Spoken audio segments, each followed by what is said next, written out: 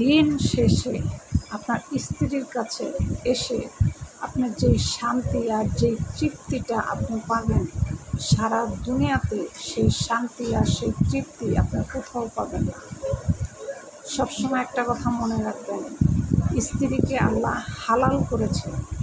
হালাল স্ত্রীর কাছে আপনি যত খুশি ততবার আসতে পারবেন।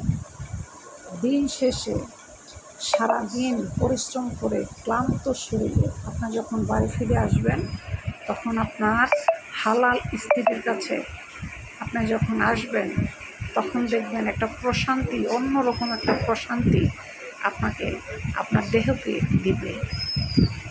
সবসময় মনে রাখবেন, ঘরের স্ত্রী আল্লাহ তাআলা আপনাকে দিছে, এটা সর্বশ্রেষ্ঠ একটা নেয়ামত আল্লাহ তাআলা আপনাকে দান করছেন।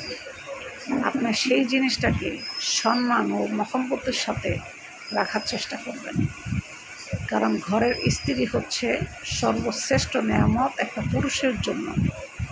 কিন্তু অনেক পুরুষ মানুষ আছে তাকে দাসীবাদী মনে করে, তাকে কাজের বেটি মনে করে। কিন্তু আল্লাহ তাআলা ঘরের স্ত্রীকে তার জন্য নেয়ামত স্বরূপ তাকে পাঠানো হয়েছে।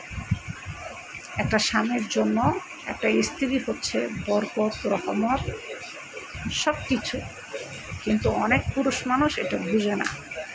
আপনি সারা দিন বাহিরে পরিশ্রম করে আইসা যে শান্তি আর যে ভালোবাসা আপনি পাবেন, সেটা দুনিয়ার কোথাও সেই ভালোবাসা, সেই শান্তিটা আপনি পাবেন না।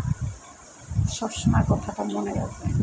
তাই ঘরের স্ত্রী হচ্ছে আপনার নেয়ামত। সেই নিয়ামতকে সম্মান ও শ্রদ্ধা, ভক্তি সব কিছু দিয়ে তাকে আপনি রাখার জন্য চেষ্টা করবেন। কারণ ঘরের স্ত্রী হচ্ছে আল্লাহ তাআলার দেওয়া আপনার সর্বশ্রেষ্ঠ একটা নিয়ামত। অনেকে এটা বুঝে না, এটা সম্মান করতে জানে না, যার কারণে ঘরের স্ত্রীকে দাসীবাদী মনে করে যে সে আমার দাসী। যে ব্যক্তি এটা মনে করে, সে জাহান্নাম ছাড়া আর কোথাও যেতে পারবে না। ঘরের বউকে আপনি ভালোবাসতে পারবেন না, তাহলে এই পৃথিবীর কোনো মানুষকেই আপনি ভালোবাসেন না। কারণ ঘরের বউ হচ্ছে আপনাকে আল্লাহ তাআলা সর্বশ্রেষ্ঠ নেয়ামত হিসাবে আপনাকে দিছে। আপনি যদি সেটা বুঝতে পারেন, তাহলে সেই সম্মান ও ভালোবাসা দিয়ে ঘরের স্ত্রীকে আপনি রাখার জন্য চেষ্টা করবেন।